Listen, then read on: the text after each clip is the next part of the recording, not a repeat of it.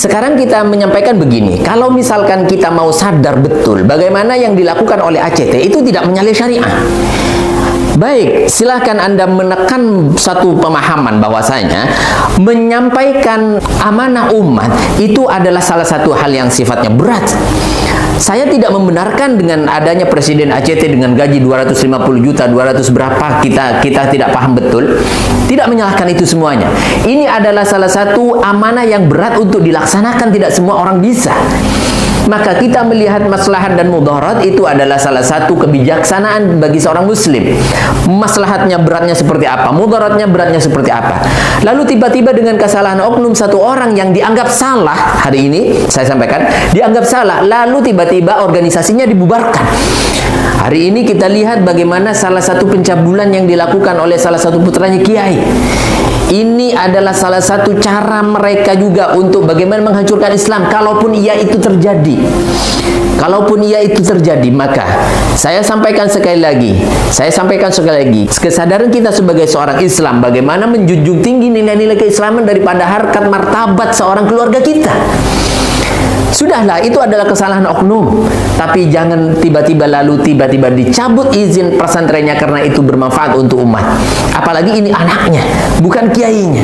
Ini yang pertama yang saya maksud. Yang kedua, Habib Jindan ini sudah tidak patut atau tidak pantas disebut Habib. Apa alasannya? Saya akan sampaikan dalam kesempatan berikut ini, yaitu nama atau sebutan Habib tersebut kepada orang yang alim di dalam persoalan agama Islam, atau dia seorang syekh yang alim dan keluarga baginda Nabi Sallallahu Alaihi Wasallam. Ini yang disebut dengan Habib. Tapi kalau si Jindan ini tidak patut disebut Habib, ini sudah bukan kategori Habib. Kalau misalkan pasnya adalah ya Jindan saja, karena dalilnya orang awam dipakai ukuran Syihab, pura-pura saya ahli di bidang agama, tapi sebenarnya dia sedang menggerogoti syariah itu sendiri. Dalam Al-Quran disampaikan dalam ayat tadi yang kita sampaikan itu menjelaskan soal bagaimana seorang munafik atau bunglon. Jangan terlalu mudah terhasut dengan salah satu profesor doktor. Dia telah menjadi ahli tafsir atau ahli hadis sekalipun. Sahabat kaum muslimin, subscriber channel Banteng Akidah dimanapun Anda berada. Pada kesempatan ini saya juga merasa risih ya. Akhirnya terpaksa saya mengomentari adanya ulah-ulah orang-orang kaum liberal yang ingin mengacaukan keimanan, kemudian mengacaukan kefanatikan umat Islam terhadap agama dan akidahnya. Maka saya sampaikan sekali lagi, apa yang paling tepat untuk mengcounter yang dikatakan Gus Miftah tentang sejak kapan rendang punya agama. Akan tapi ini kembali lagi soal adab. Soal adab, kita tidak perlu berbicara tentang hadis, berbicara tentang agama. Di PPKN saja dulu ketika kita SD sudah diajarkan bagaimana kita beradab, bagaimana tenggang rasa. Ketika sakit dirasakan perutnya orang lain, sakit dirasakan perut kita. Ketika lapar dirasakan oleh perutnya orang lain, maka lapar pula kita. Seorang kiai bernama Muhammad Fahim Mawardi di Jember diadukan istrinya ke polisi atas kasus perselingkuhan dan pencabulan kepada santriwati. Himatul Aliyah, istri Kiai Muhammad Fahim Mawardi, mendapati bukti perbuatan zina dan cabul yang dilakukan oleh sang kiai. File itu bahkan ada di dalam HP sang kiai yang kini sudah diamankan sebagai barang bukti. Menurut pengakuan Himatul Aliyah, saat sang kiai sedang tidur dirinya memberanikan diri masuk ke lantai 2. Lantai 2 merupakan kamar khusus sang kiai yang memakai akses fingerprint. Saat mendapati HP sang kiai melihat isi HP, betapa kagetnya sang istri. Sebab, di dalamnya terdapat belasan file rekaman suara laki-laki dan perempuan yang mengeluarkan desahan khas orang sedang berhubungan intim. Himatul yakin sekali jika suara laki-laki itu adalah suaminya dan ia juga mengenali suara perempuan di rekaman itu adalah Ustadzah. Ada rekaman suara ciuman, desahan, percakapan dan lain-lain. Saya cek file rekaman tertanggal 25 November 2022. Berarti, hubungan mereka sudah lama. Saya pun kaget, katanya. Tak lama setelah itu, ia langsung mendatangi si Ustazah untuk menanyakan langsung status hubungannya dengan kiai pengasuh pondok pesantren Al-Jalil 2 di Desa Mangaran, Kecamatan Ajung Kabupaten Jember, Jawa Timur itu.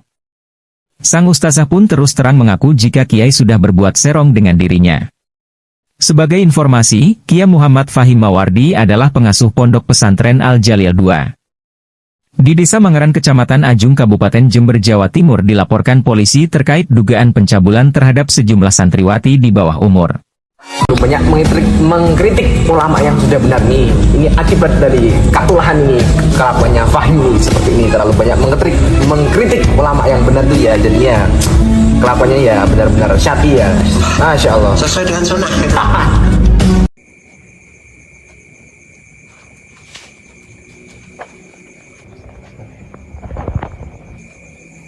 Bismillahirrahmanirrahim. Assalamualaikum warahmatullahi wabarakatuh. Saudara semuanya yang ada pada kesempatan ini, saya Muhammad Fahim Mawardi menyatakan menolak terhadap adanya laporan-laporan yang sudah masuk ke Polres atau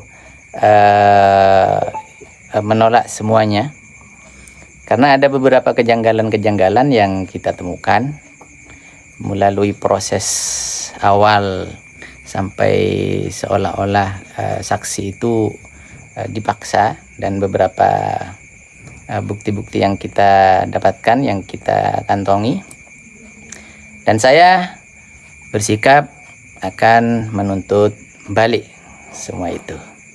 Insya Allah akan terang benderang pada akhirnya, dan saya mohon doanya semoga segera ini diselesaikan dengan baik, dan insya Allah tidak akan lama. Baik, itu saja pernyataan saya hari ini, malam ini secara live dan streaming. Kita akan mempersiapkan semuanya, dan sampai jumpa besok, insya Allah kita live lagi.